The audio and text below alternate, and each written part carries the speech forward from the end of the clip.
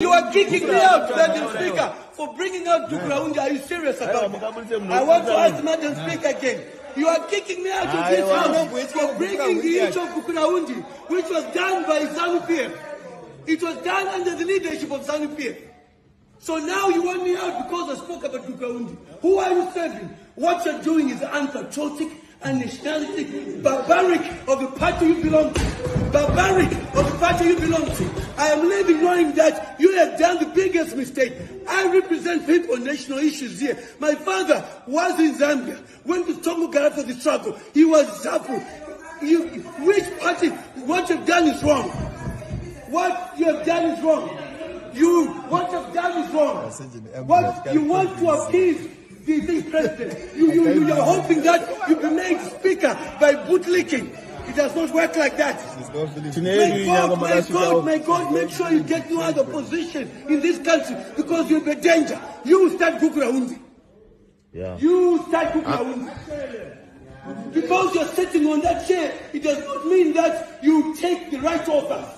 I represent the people. This is taxpayers' money you're using by abusing all that. You cannot abuse taxpayers' money by telling me to be kicked out here because I spoke about Dukraundi. Was Dukraundi not an act of ZANU-PF? Was Dukraundi not an act of ZANU-PF? Why have you decided to stifle a debate or facts? Greetings to you all. I welcome you to our weekly show, Reshaping Zimbabwe, where we try to map forward the way for our beloved country. And today we are privileged to have a special guest who is Advocate Adv Masiye. And he's going to lead us in discussing the implications of the Patriotic Bill to Zimbabweans. And he will try to use layman language too, so that even the people in the rural areas will be able to understand what this Patriotic Bill is all about. And today with me in the studio is another host, Denford Jory. So I want to give this time to Advocate Masiye to address us. Over to you, Advocate. No, thank you very much for allowing me to come on this platform and present on this topic. It's quite unfortunate that we do have the Patriotic Bill, as it is commonly known, being passed by Parliament last week, and it's quite unfortunate that in this day and age, you would think that freedoms such as freedom of speech and other freedoms should be encouraged, should be protected, and seeing such an act coming out of Zimbabwe, it's sad. It's sad, so to say. And I'll be probably going through some of the provisions as they appear in the Patriotic Bill, which of course is supposed to then be signed by the president for it to become law.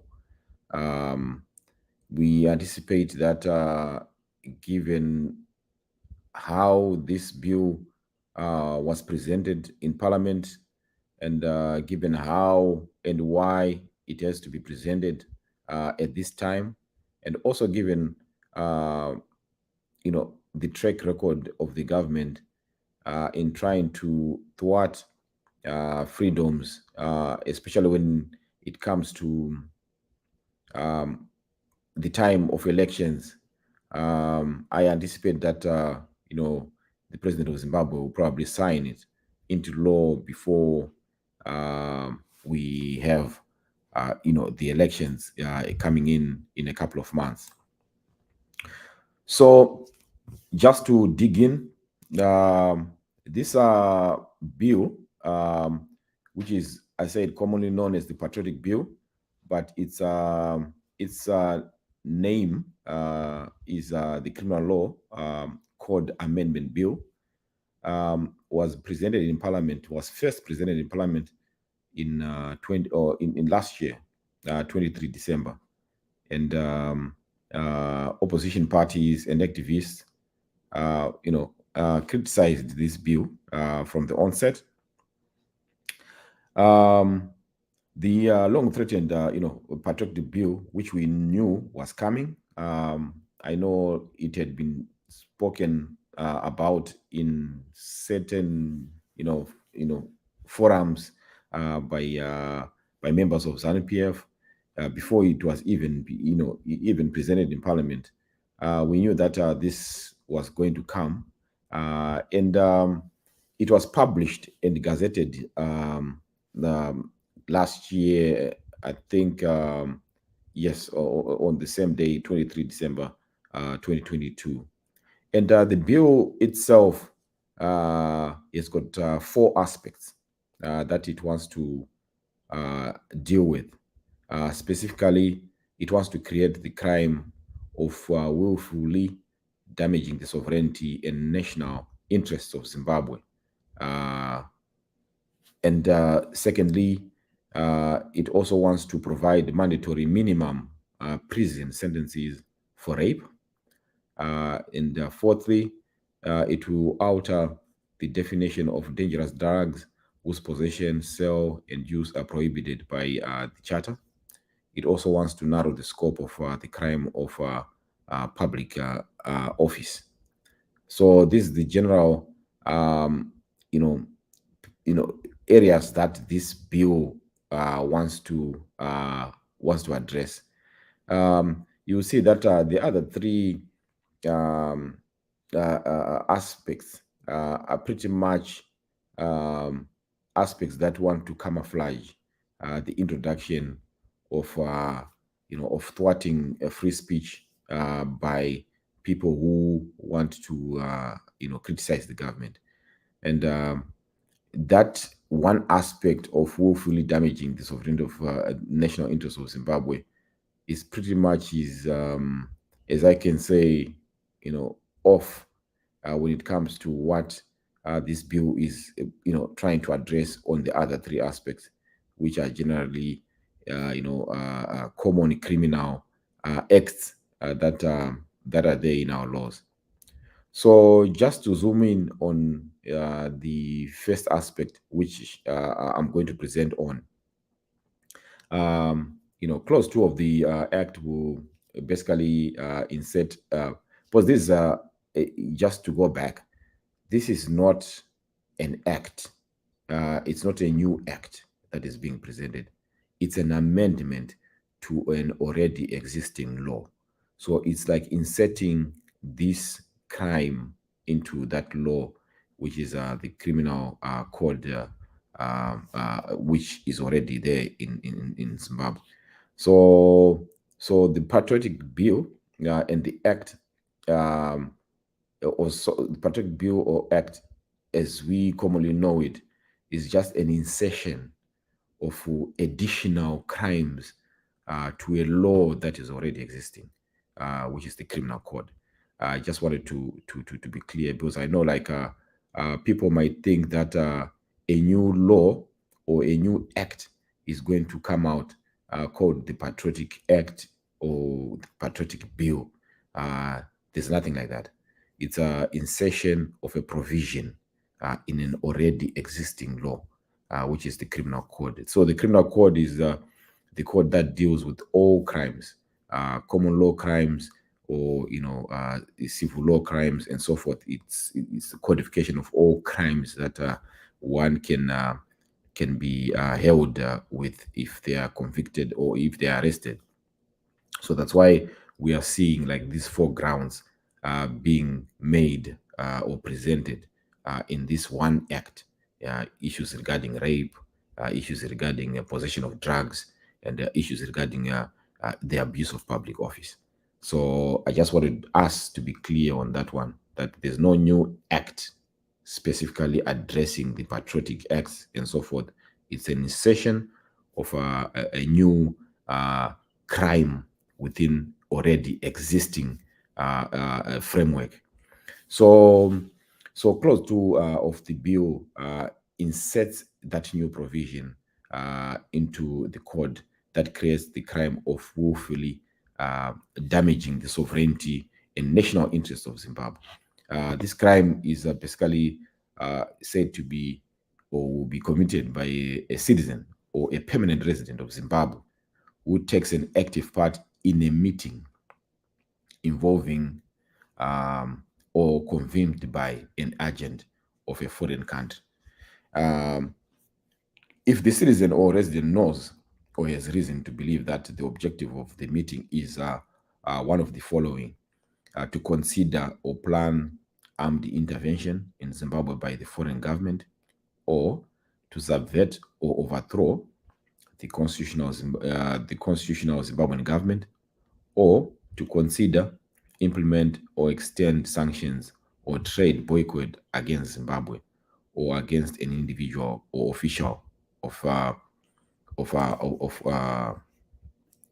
official if the sanctions or boycott affect the substantial section of Zimbabwe.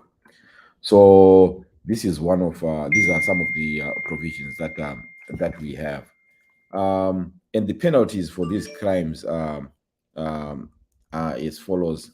So for the crime of penalties for the crime differ according to the object of the meeting.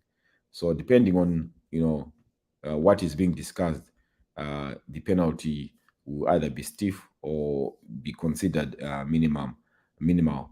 So if the objective of the meeting is to consider or plan armed intervention, the penalty for participating is the same as for treason, namely death or imprisonment for life.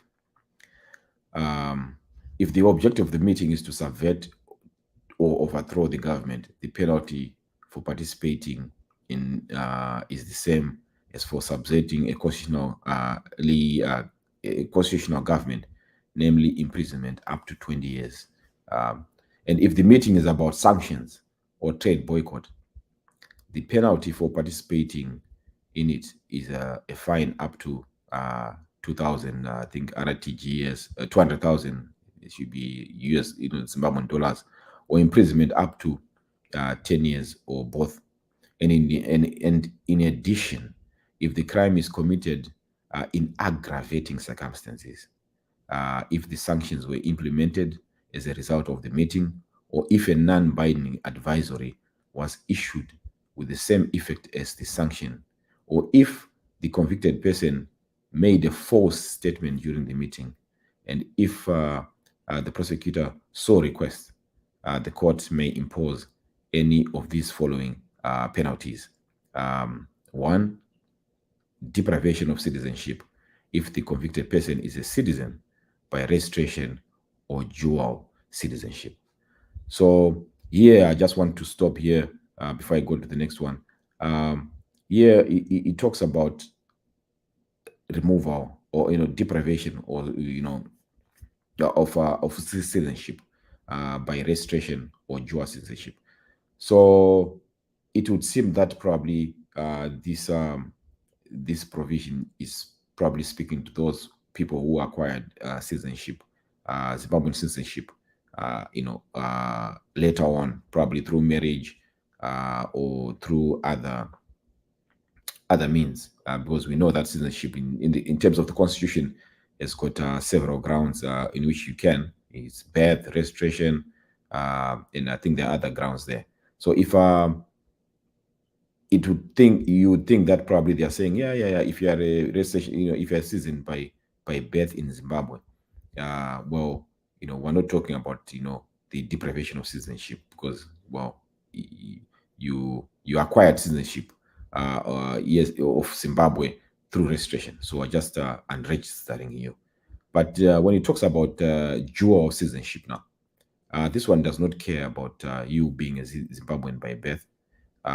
If you just acquire a citizenship of another country, this then considers you for that deprivation of citizenship, because you've got dual citizenship. If you're a dual citizenship of Britain, America, or any other country, if you're probably convicted under this act, you will,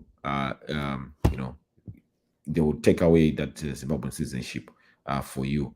But now it then brings up a point that will they now be convicting or sentencing, let's say if they take away the Zimbabwean citizenship, would they now be sentencing an American citizen for this act? It's somehow a bit contradictory in terms of the punishment itself. So you are trying or going to court with a Zimbabwean citizenship who's got dual citizenship, then you're now sentencing an American citizen. So I mean, like it's a bit off for me in terms of that, because it's more like you're now sentencing a foreign national under an act which basically does not or should not be convicting him. Like he's a foreign entity, and so he's a foreign citizen, and for the purposes of sentencing, but for the purposes of trying, he's a Zimbabwean citizen. So it's a bit of that. For the second bit is you can also have your residence cancelled, residence rights cancelled, if the convicted person is a permanent resident of Zimbabwe. You can also be prohibited from being registered as a voter, or from voting for a period of 5 and 15 years, or you can also be prohibited from holding public office for a period of between 5 and 15 years. So this is basically the overview of what this patriotic bill, or this insertion of the criminal code provisions says. And just to now get into the comments, like into probably the concerns thereof of these provisions. If you look at planning armed intervention or subversion crime, which is in the code itself, you see that there's an overlap between the new crime, insofar as it involves planning armed intervention or subverting the government, and the existing crimes of treason. So there's an overlap between those two. It would seem like, so why would you want to put in planned armed intervention when you actually have the crime of treason already? So the crime of treason is actually in section 20 of the criminal code, and subverting constitutional government is in section 22 of the code. So these are crimes that are already there. So why would you want to then spice them up? That's the question. So the overlap is so great that the new crime is really unreasonable in terms of this, of it being in this patriotic bill. I'll deal with the penalties, later on. If you go to the crime of sanctions, you advocating for sanctions and boycotts. Insofar as the new crime penalizes the consideration, planning, or implementation of sanctions or boycotts, it's actually a serious deterrence to freedom of speech in Zimbabwe. Not only will it be a crime to attend a meeting in order to plan or implement sanctions, it will be a crime if the meeting merely considers them. Like, even if it's not, meant to bring about, those sanctions. If the mention of sanctions comes up in that meeting, then it becomes an issue that can get you convicted in terms of this act. sanctions may be imposed on Zimbabwe for various reasons. They may be, for example, be intended to persuade the government to comply with the country's international obligations. Should a citizen, should a Zimbabwean citizen be penalized for attending a meeting to discuss whether the country should be placed under sanctions for violating its obligations under, SADC or AU? That's the question. Because these are like internationally recognized, means of forcing a government to comply. So if these are then considered as one of the means that should have Zimbabwe comply, then even if that meeting was not going to talk about that, but if it's considered in that meeting that, sure, should we implement sanctions on Zimbabwe? Then they say, well, let's hold it for now, but sanctions are going to be something that we might implement if they don't comply. That statement in itself can get you convicted and get you imprisonment for up to 20 years, as we saw. Even though that was not part of the agenda when the meeting started. And that's what the act then goes on to say. So another thing is like, or probably if there's a discussion whether the country's banking system should be blacklisted for failing to take measures against money laundering or terrorist financing, or recommended by the Financial Act Task Force. We saw like a few months ago, the talk of the gold mafia and also the RBZ, whether there would be considered for blacklisting if they don't deal with these issues appropriately. So any discussions around that, or even consideration of those reasons, or of those means of getting Zimbabwe to comply with international financing, can also be considered as a crime under this act. So this is a serious, as I said, is a serious way of infringing on freedoms of expression, and also academic freedoms too. So even if you are in a setting, in a classroom setting, or writing in academic papers on various options or ways that Zimbabwe can get to implement some of these international policies, then you can also be tried or arrested under this Patriotic bill, because you'll be talking about this or even considering sanctions or boycotts on Zimbabwe because of various issues. So the new provisions are they're also vaguely worded. When you say that there are some words that are there which don't make sense. They are like convoluted, and some of them are even difficult to understand. It would seem like this bill was drafted by Chinotimba. Not to say anything about Chinotimba's intellect or anything, but it's some of those words that you wonder, like, so what are these guys saying here? Are they repeating themselves, or are they trying to hide some things in the act? So the drafters are don't hesitate to use 2, 3, even 4 words where one word could actually say something. So they are open. So those words are actually open to misinterpretation, and therefore, and law enforcement officers are likely to interpret them as broadly as possible. So we know how they are doing. Good. No. Tekasabata apa. I'm now going to show. Tekasabata ne issues. To ne issues. Of which that should not be something that a law should do. A law should be very clear and precise when it comes to it defining the act itself. So even opposition activists who are even mentioned sanctions in the presence of a foreigner may find themselves arrested and put on trial. And because of this vagueness of the crime, the difficulty of proving it, because of the vagueness of the crime and the difficulty of proving, all these issues, a trial would drag on for months or even years.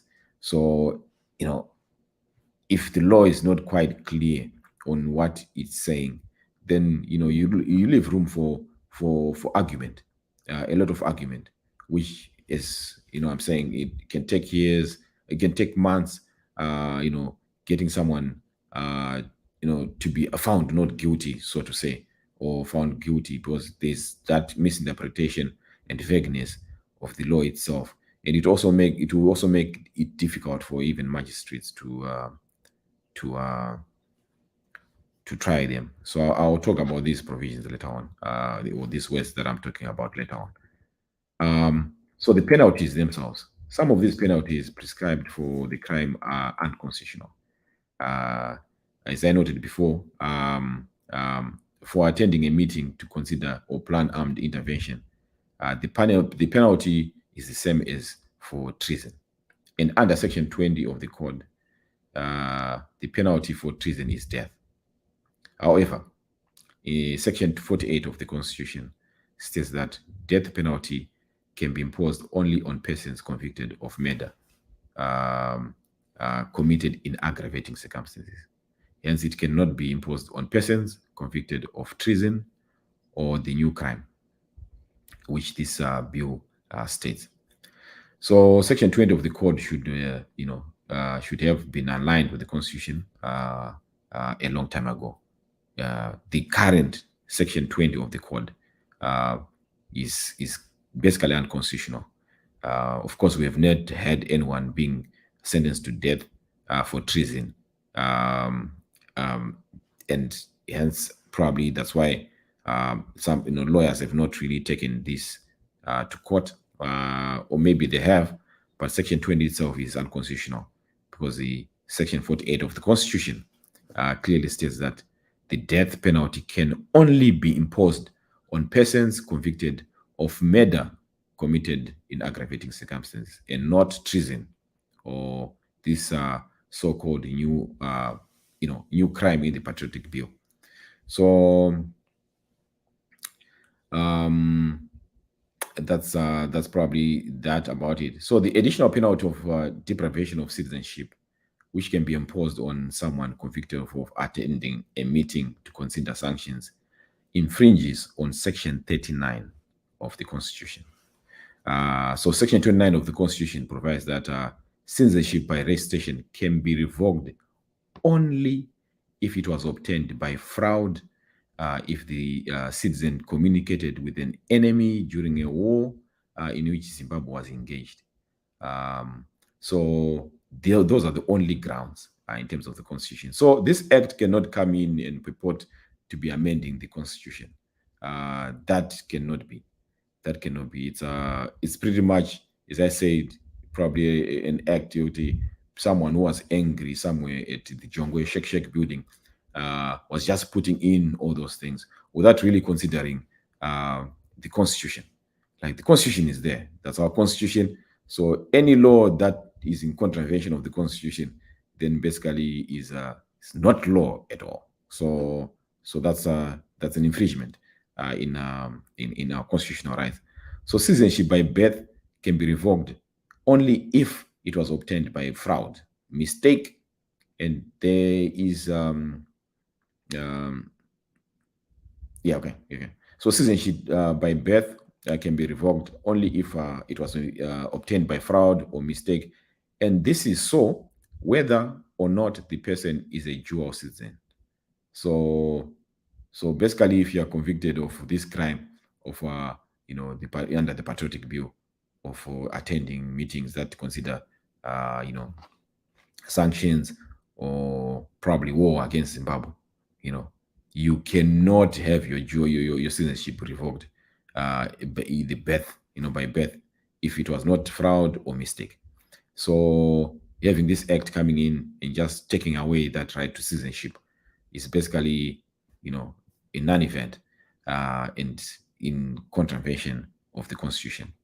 So the additional penalty of prohibiting someone against being registered as a voter contravenes paragraph 2 of the 4th schedule of the Constitution, right, which allows a person to be disqualified from registration only if he or she has committed an offense under the Electoral Act. So this bill is not saying anything about the Electoral Act. It's just saying, something about the actions of attending, or probably contributing in, and probably saying falsehoods in a meeting against Zimbabwe and so forth, and nothing to do with the Electoral Act. So basically, you cannot take away someone's right to vote if they have not committed any offense in terms or under the Electoral Act. So those are some of the questions there. So in brief, it's that. So as I said, there are 4 grounds that this bill wants to attack. I'll just skip the rest and probably go into the last one, which probably is feeding in, to me, probably the intention of of the drafters or even the government when it comes to the whole general way of dealing with the freedom of speech in Zimbabwe as we get into the elections. So this provision of abuse of office, which is also being introduced together with the Patriotic Acts or bill, it talks about crimes committed when public officers intentionally do something that is contrary to their duty or omit to do something that they have a duty to do in order to show favor or disfavor to someone. The amendment is apparently intended to make it necessary for the prosecution to prove that an accused person, an accused public officer, knew or he was acting contrary to his duty.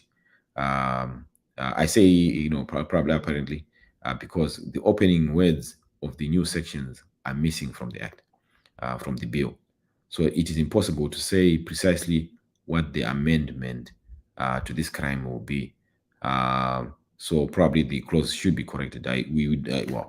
There's no way of knowing what these guys are trying to probably do with this amendment or the abuse of public office. Because I once said in one presentation that I was asked about Hubert Angel, what were the possibilities of him, getting in trouble, or which provisions of the law could get him in trouble.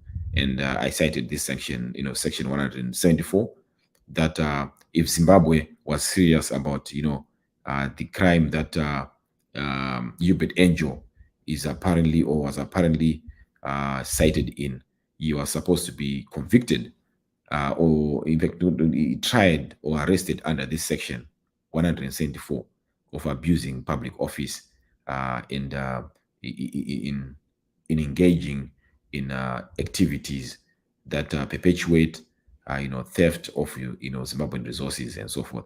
So this was one good provision that you could probably be arrested with by or under, and probably tried that you talk about ambassadorship, then you were going around committing crimes in the name of our country, and then you will you are going to be tried under this act. But its insertion and probably the vagueness of the provisions then probably make it something that they probably someone inserted it in there, and then later on they had a second thought.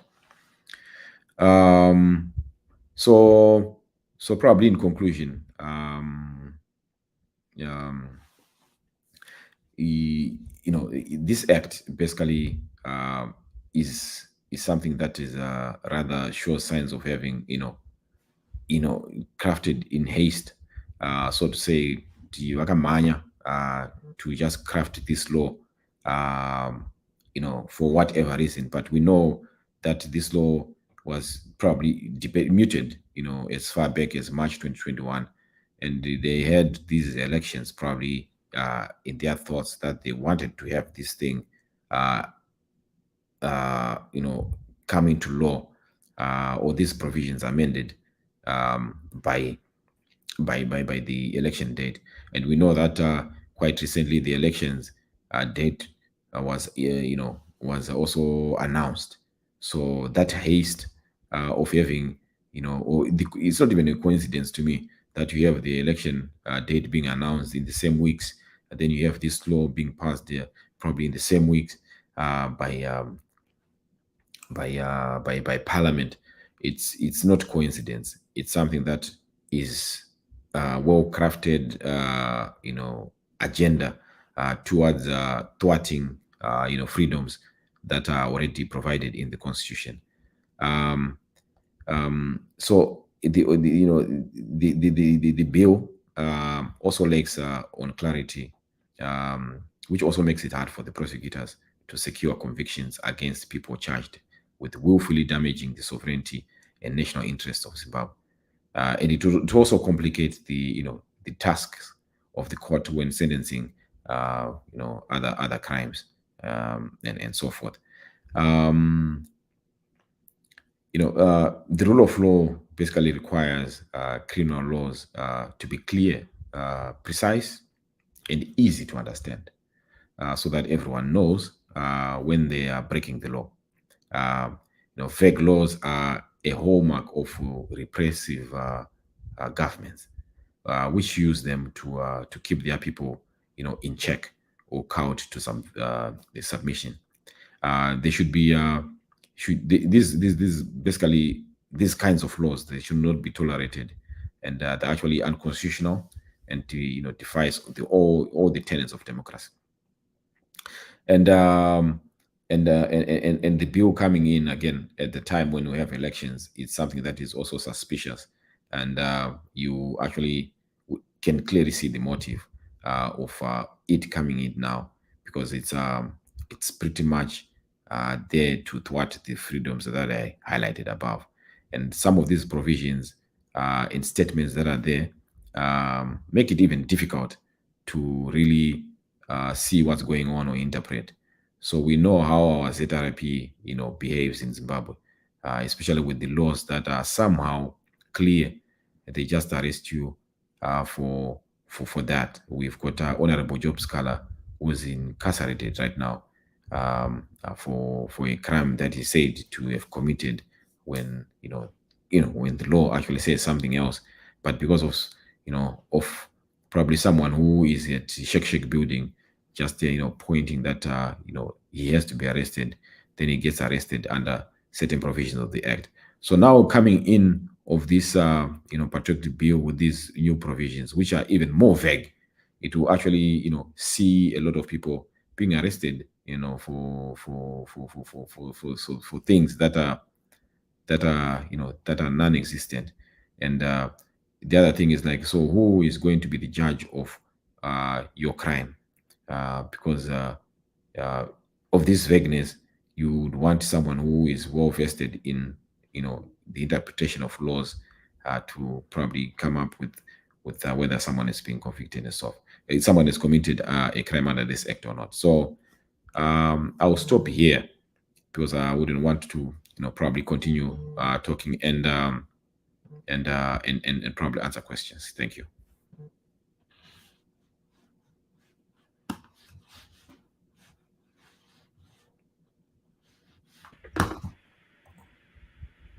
You are muted, Danford. Okay, can you hear me now? Yes. Okay, thank you very much, Advocate Masiye. Ndinoda kutendai nenguva yamatipa yekurangarira zviri kuitika mukati menyika yedu. Asi ndine mubvunzo mumwe chete, rega ndiite iri miviri, yekuti pamanga muchipa presentation yenyu include zvinhu zvakawanda zvinoratidza kuti bumbiro renyika remutemo rakaitwa violated numerous times nekuda kwemutemo uri kuda kuiswa iwoyu. Mataura nenyaya yekuti munhu anokwanisa kuva anotongerwa rufu mushure mekunge apara mhosva yamataura. Then mataura nenyaya yekuti munhu anokwanisa kuva anoita kuti asanzi citizenship yake itwe revoke on the grounds dzekuti munhu anenge kana achinge akazvarwa mukati menyika yeZimbabwe mushure mekunge zvaitika nenzira isingaiti yekubiridzira. Then there are a number of other issues dzamaincluda futi.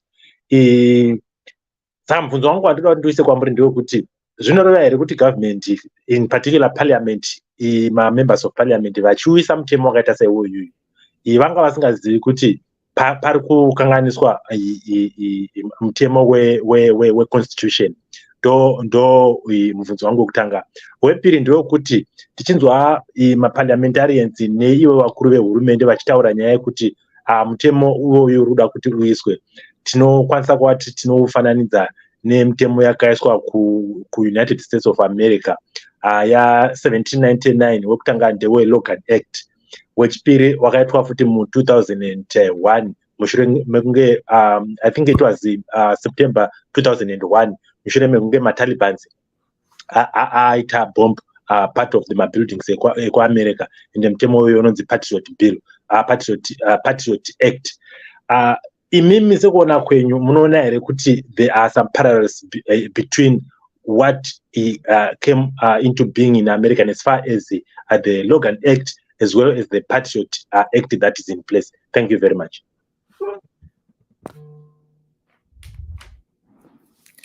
Oh yes, no, thank you, Comrade Denford. It's for the first question, it's quite sad that you have Mutemo passing through all the phases of the constitution, of the parliament debating when you have all these unconstitutional provisions. We know that this law or this bill was pretty much rushed through by ZANU-PF parliamentarians, and I think when it was passed, I think people went into the night, the opposition members, criticizing the bill and also raising these issues. So for members of ZANU-PF, parliamentary members of ZANU-PF, to insist on having a bill, come out of parliament with all these contraventions to the constitution, it reflects what we've seen over time immemorial of the flagrant disregard of human rights, the flagrant disregard of citizens' rights, coming out from this current establishment or the current government. Just to put in, of course, they always talk about, I know there were some people who were, also putting parallels with other laws, especially when it comes to the United States. Like the Logan Act. The Logan Act was actually, it came into being an act in 1799, and it actually pretty much criminalizes negotiating by an unauthorized American citizen with a foreign government having a dispute with the United States. So it's pretty much zooming in to the issue of negotiating, probably during war times when one purports to be an agent of the US, getting into negotiations and so forth. So just to probably just briefly interrogate or talk about it, the intention of the Logan Act is to prevent unauthorized negotiations from undermining the government's position, and just to maybe a comparison on the sentencing, you'd see that with our law that is going to be law, you'd see that in as much as the Logan Act is probably talking about more serious issues or not, the fine there is just 5,000 fine that one can be sentenced with.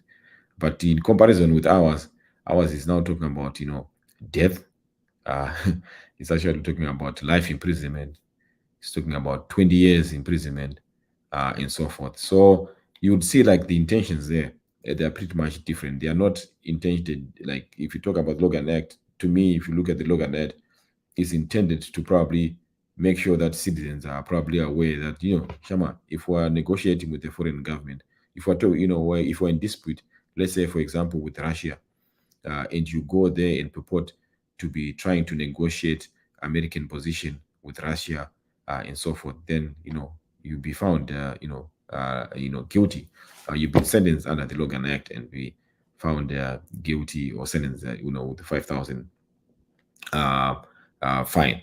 And if you just to see how this thing has been there since 1799, like the Logan Act, and only 2 people have been indicted. Only 2 people. We're talking about 1799, way before Zimbabwe was established.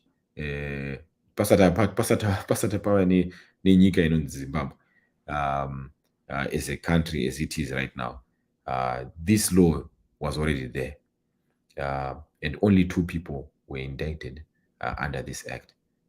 One in 1802 and the other in 1858. And none of them have been convicted. So you see how the intention is when the law is implemented. But with ours, we know, basically, as soon as it becomes law, we know that hundreds of people are going to prison, and the people are just going to have their citizenship, taken away for things that the government, through this act, are not pretty much trying to address, but are pretty much looking into trying to deal with opposition and so forth. So I know this was a long answer to your question, but this is what I have to say for now. Thank you very much, Advocate, and thank you, Mr. Danford, for your questions. And I'm also surprised to say when it suits us, we want to pretend to be copying from America, that Logan Act and so on. But when it also suits us, we want to rubbish America and have our look east policy. So I have 2 questions for you, Advocate. The first one is the relationship now with this act that's going to be passed in the private voluntary organizations. Because in my head, I'm thinking most of them are foreign donors. For example, if I take the World Food Program, if I go there as a Zimbabwean and say what the government is not doing or is doing, that's making people suffer starvation so that I get help, am I not being patriotic, or it's going to be okay? And then my second question, when it comes to preparations for the forthcoming elections, I don't see how any opposition party can campaign freely and say things as they are without being accused of being unpatriotic. Because I think we have kind of redefined the word patriotic, or we have our own mini definition of being patriotic. So how safe is it going to be for people to campaign? Thank you.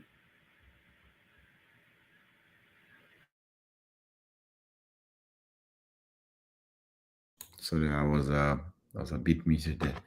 Yeah, it's pretty much sad that you mentioned that it's not going to be safe at all to talk about issues of national interest, and also to hold the government to account for the fear of getting arrested under these laws. Because pretty much the law is vague in that regard. It does not precisely talk about the crimes or the crime that it really wants to talk about. It's widely worded. There are some provisions that are there that are pretty much not really, not really acceptable, and so forth. So if you are in a meeting where probably, as you said, like it's a non-governmental organization that you'll be attending, and there's talk about about Zimbabwe, and what can be done in order to have it in compliance, even if it's like food distribution. If you talk about Zimbabwe in such a way that you are criticizing what it's doing, like, yeah, we're from Zimbabwe, we had this allocation of food in Uzuma Maramba Pfungwe, and 50% of that food was taken by ZANU-PF members, who then distributed it to campaign, therefore depriving, for example, if you're talking about that, probably in a setting where you're giving a feedback to the donors in America or the United Nations, that can pretty much be seen as an unpatriotic act, and which can be considered as a crime that is willfully damaging the sovereignty or national interests of the country. And what does it really mean? Like damaging the sovereignty and national interest of the country. This is not even defined clearly in this law. So it's so much wide and vaguely worded that anything or even any act that is deemed to be anti-ZANU-PF can be considered as unpatriotic and also damaging the national interests of the country. So basically, it's one of those things. And you also rightly pointed out that it's difficult. It will be difficult for anyone opposing the government to even come out of the country and talk about what's happening within their own political party. Like, yeah, I'm here, I'm Adv Masiye, I come from the CCC, and members of my political party are being persecuted by the government of Zimbabwe for merely talking about violations of human rights. And also lawyers who are part of the CCC are also getting arrested for merely representing their clients, who would have been murdered, and persecuted by members of the. If you are saying that at an international platform, let's say even talking to a special rapporteur on human rights at an international platform, then this crime is somehow saying, yeah, you can be convicted. But as I said, it is widely worded, of which, if it was me getting into court, I would have a lot of things to argue in favor of my client. Starting from the constitutionality of the act itself, starting from the vagueness of some of these words that are in the bill themselves.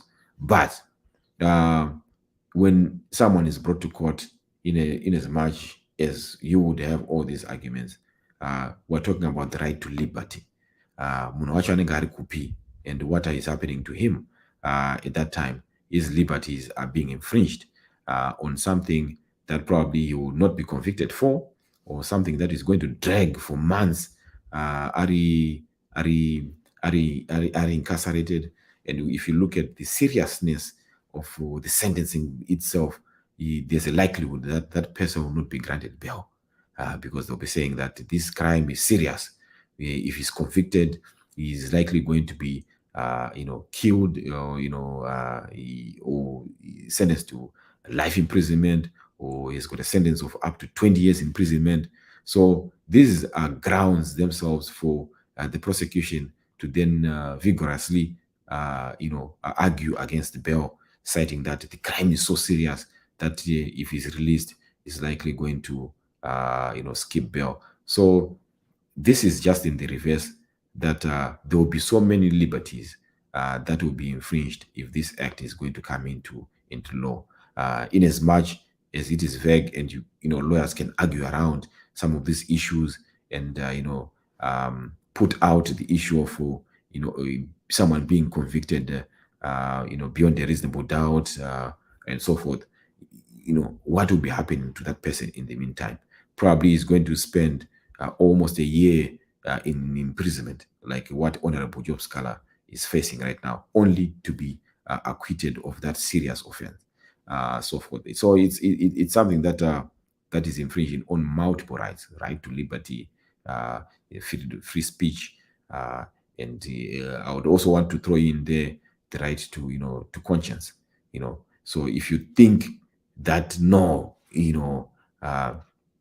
Zimbabwe basically needs to be put under some internationally recognized means of complying with its own constitution, then that can get you in trouble for undermining the sovereignty of the country. Thank you. So thank you very much, Advocate Masiye. I think as we are getting to the end of our program, before I give back to our host, I just wanted to say I haven't got any more questions. Only to say we appreciate your coming in, and we also appreciate your submissions. That has helped not only me, but the greater part of Zimbabweans who were not familiar with what has been happening as far as our the recently passed Patriotic bill is concerned. So I think what we need to say before we close is quickly say Zimbabweans have just been taken aback, especially as we are drawing closer to an election. What is likely going to be happening now is just like Dr. Gwekwere has highlighted, that we are getting to an election, and there's a coincidence of the passing of the Patriotic bill. It's likely going to be giving problems to the opposition activists, members of the non-governmental organizations, as well as ordinary citizens in the country, because they are not familiar with the provisions of the bill. You were talking about infringements of someone's conscience. You might not really understand what I am saying is going to be violating the provisions of the bill that has just been passed. And unfortunately, it's going to be impacting negatively to how information dissemination is going to be processed as we are going closer to the election. So I would want to believe that when those MPs and the regime in particular crafted this thing, they deliberately did that in order to confuse people, and also in order to stifle people's opinions, because everybody is scared. Even if I would want to objectively engage members of the diplomatic corps, members of the SADC region, African Union, it will be very difficult, because I am not very familiar of what should I say or what should I not say, because of what has just been done by the regime. But thank you very much, Advocate Masiye, for your submissions. I will take back the mic to Dr. Gwekwere for your final say. Thank you very much, Comrade Danford. Thank you, Advocate. I would like to say maybe we need to learn from other countries how people... Sorry, Dr. Gwekwere, there's a question in the private. Please pick it up urgently.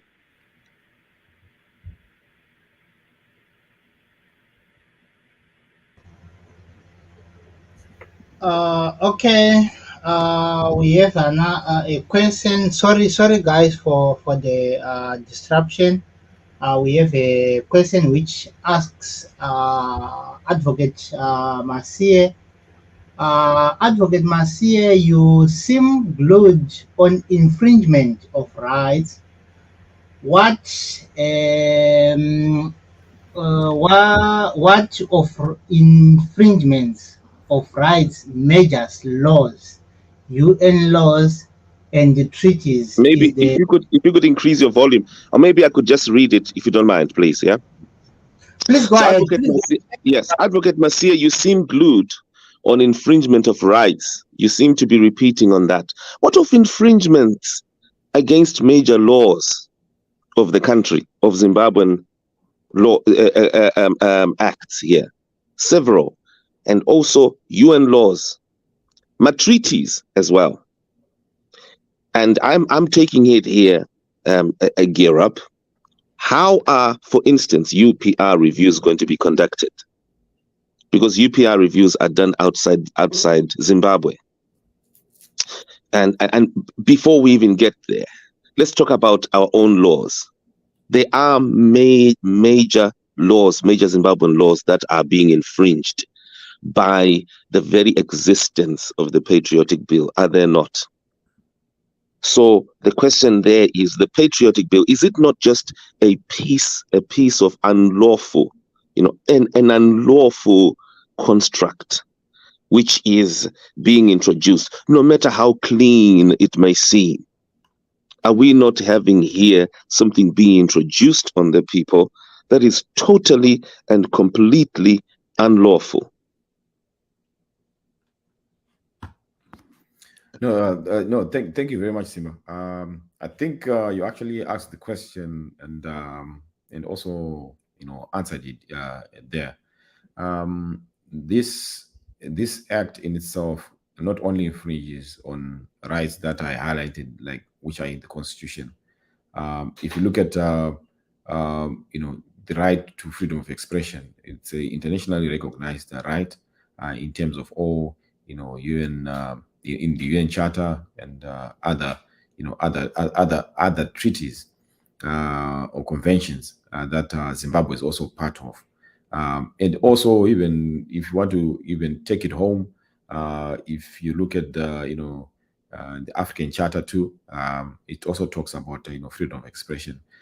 Even though there are qualifications to freedom of expression, this piece of legislation then goes on to then try to deal with even thoughts of whatever measures that can be implemented on Zimbabwe, and also debate on those issues, even though that debate might not produce what they say the result. If it sanctions, even though it does not produce those sanctions and so forth, even if it does produce those sanctions. So it's pretty much a convolution of all those things coming out to infringe internationally recognized rights, which are freedom of expression, freedom to free speech, if we're talking about the media, or academic freedoms too, which are also internationally recognized under all these conventions, which Zimbabwe is part of, including the UN Charter, the convention, all those conventions and so forth. So it's when I'm talking about rights, I'm not pretty much really zooming in to our local rights. I'm pretty much talking about rights at international platforms. So when you come to the UPR, which is those periodical reviews that every country goes through every session and so forth. These are some of the issues that when we discuss like here and also engage with other organizations, we can also submit those issues to the UPR and so forth, and Zimbabwe can be interrogated on those issues, and they can respond and so forth. But as we know that these United Nations systems are just there as it's more like peer reviews, like where other countries or other organizations can just come in and talk about this and make it public, and have Zimbabwe respond and probably be held to what they respond, to see if they are going to implement or probably and then when they come back again and so forth. And these discussions can also inform how Zimbabwe at that international level can be engaged and also can be held accountable. And as I mentioned, one of the pieces of accountability when you're talking about at the international level are sanctions. So we're talking about sanctions. When I talk about sanctions, I think some you just think of economic sanctions. You know, there's various types of sanctions, but the word sanction also it just means to issues like guys, if you are not abiding to international standards that you actually subscribed to, then we're going to probably talk about you guys getting some penalty of sorts, which are then deemed sanctions. So if that then comes to that, and you are actually part of that discussion, you are going to be found guilty in terms of that act, even though that is a recognized way of dealing with rogue states or dealing with with states that are not complying with international standards, especially when you're talking about the UN Charter and other conventions that are there. As we know, the UN does not have a police that police countries on the implementation of the UN Charter and the rights that are there in those international statutes and conventions. What they can do, especially what countries can do, is like, okay, these guys are taking it too far. What we're going to do is like we deal with you bilaterally, on these issues and force you to do these issues. Otherwise, we are not going to, give you aid on this aspect and so forth. Those are sanctions, right? But if you are in that meeting as a Zimbabwean and you are part of that universal periodical review and you are talking about these issues and so forth, and then you put in suggestions on how Zimbabwe can be held accountable, those the suggestions that you put in across can be held to be in contravention of the Patriotic Bill, this amendment that is coming in, and then infringe on free speech, free debate, academic freedoms, and probably other freedoms that come with it that are protected not only under the international structure but are also protected in the Constitution of Zimbabwe. So basically, when I talk about that, it's just like these rights are intertwined. The constitutional rights, we've got regional, sub-regional rights that are talked about in the in the African Charter. We also have some international conventions that Zimbabwe is also a signatory to, and we also have the UN Charter that all countries that are part of the UN structure should abide by, and also make sure that they implement, respect, and promote those rights, which we see with this thing is probably coming out as something that they are not really considering at this time. So thank you, Siba, for bringing that, and also probably making it clear that not only does this act infringe on just basic rights, it also infringes on Zimbabwe's obligations in terms of international law. Well, thank you, Advocate. So basically, it's a broken law. It's a law that is already broken from inception. It is a law that is devoid of law. It's a law that must be broken. Because it is broken, it is devoid.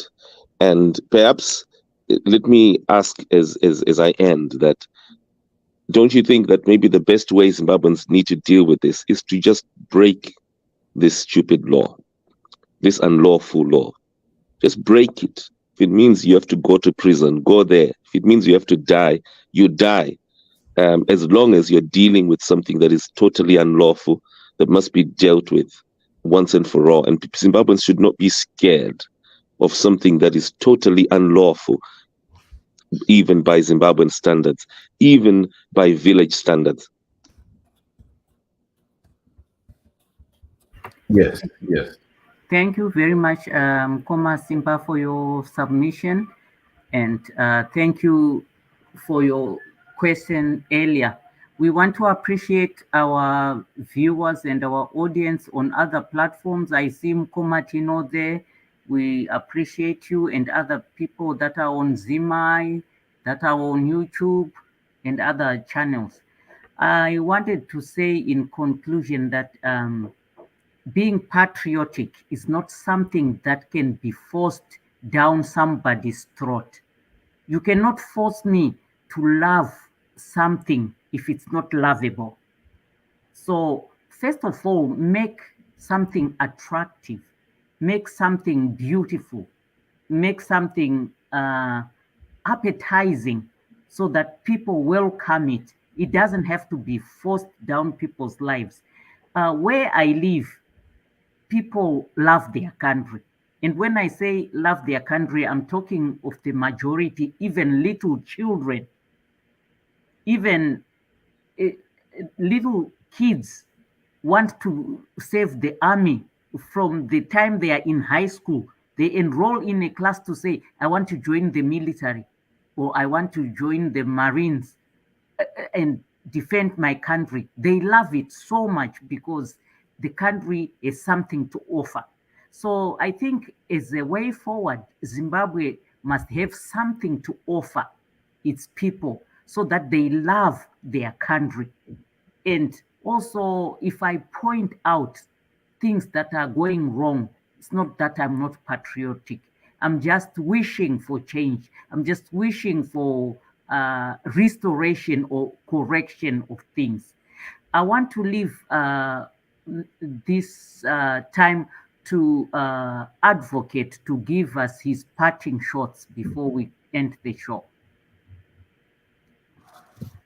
Thank you, Doc. Thank you very much. And firstly, like in conclusion, I just want to thank you for for this platform. I know in fact, it's actually timely, given that this law is about to this bill is about to become law. And in one platform, I actually suggested that this could have been a very good time to have lawyers bring a sort of action in the constitutional court to deal with these issues, so that the constitutional court can deal with some of these constitutional infringements that that are highlighted, and also stop it from becoming law. As we know, there are three structures of government, which is basic: the parliament, the executive, and the judiciary. And I think this is the time when the parliament, which is mandated in drafting laws, should be held to account before the executive, brings about that law through the signing, by the president. And it's also good to challenge these laws at this time, in order to create that, that trail, that yes, we did that, and when when these issues now eventually come before the constitutional court, when the law is now enacted, it will be probably easy for advocates of human rights and also advocates of citizens to have a point of reference, especially if there are arguments in the constitutional court that bring about these provisions that are in violation of the constitution. And lastly, just to ride on what Simba said about disrespecting unjust laws. Yes, that can be another way of advocating for the change of those laws.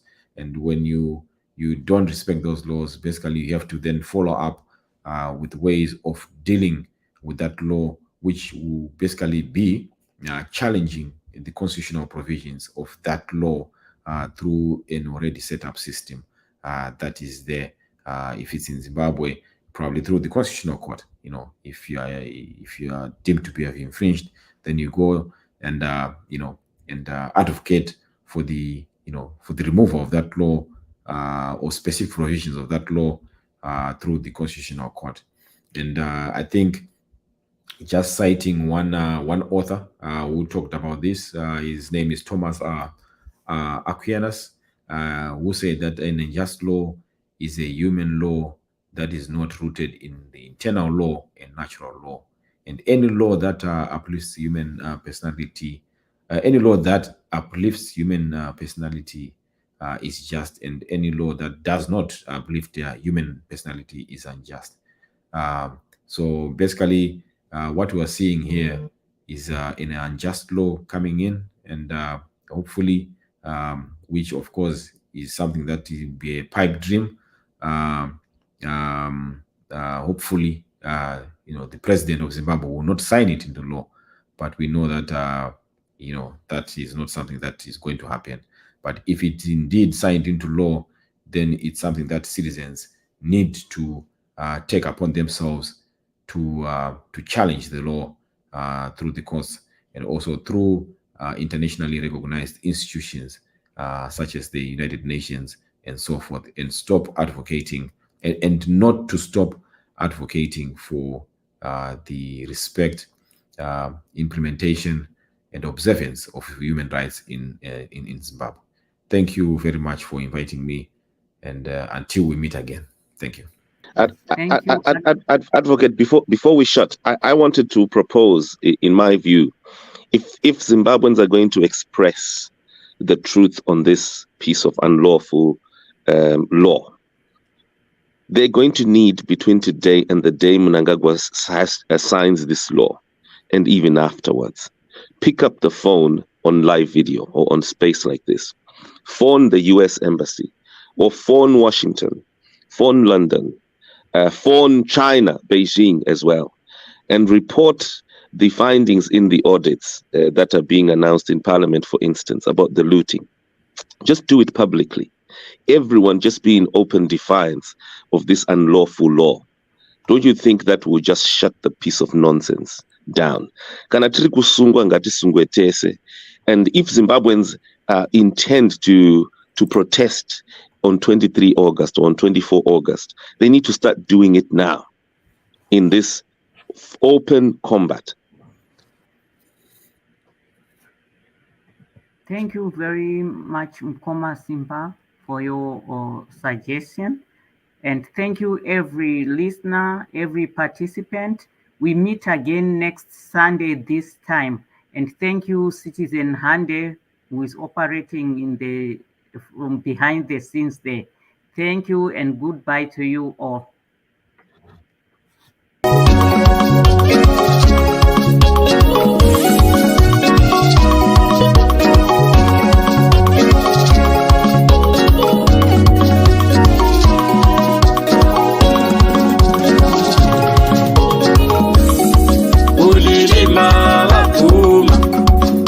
Kupinga vapfuma, kukwekwe vapfuma, kukokwe vapfuma, zegeza vapfuma, mukomba vapfuma, kuti chamisa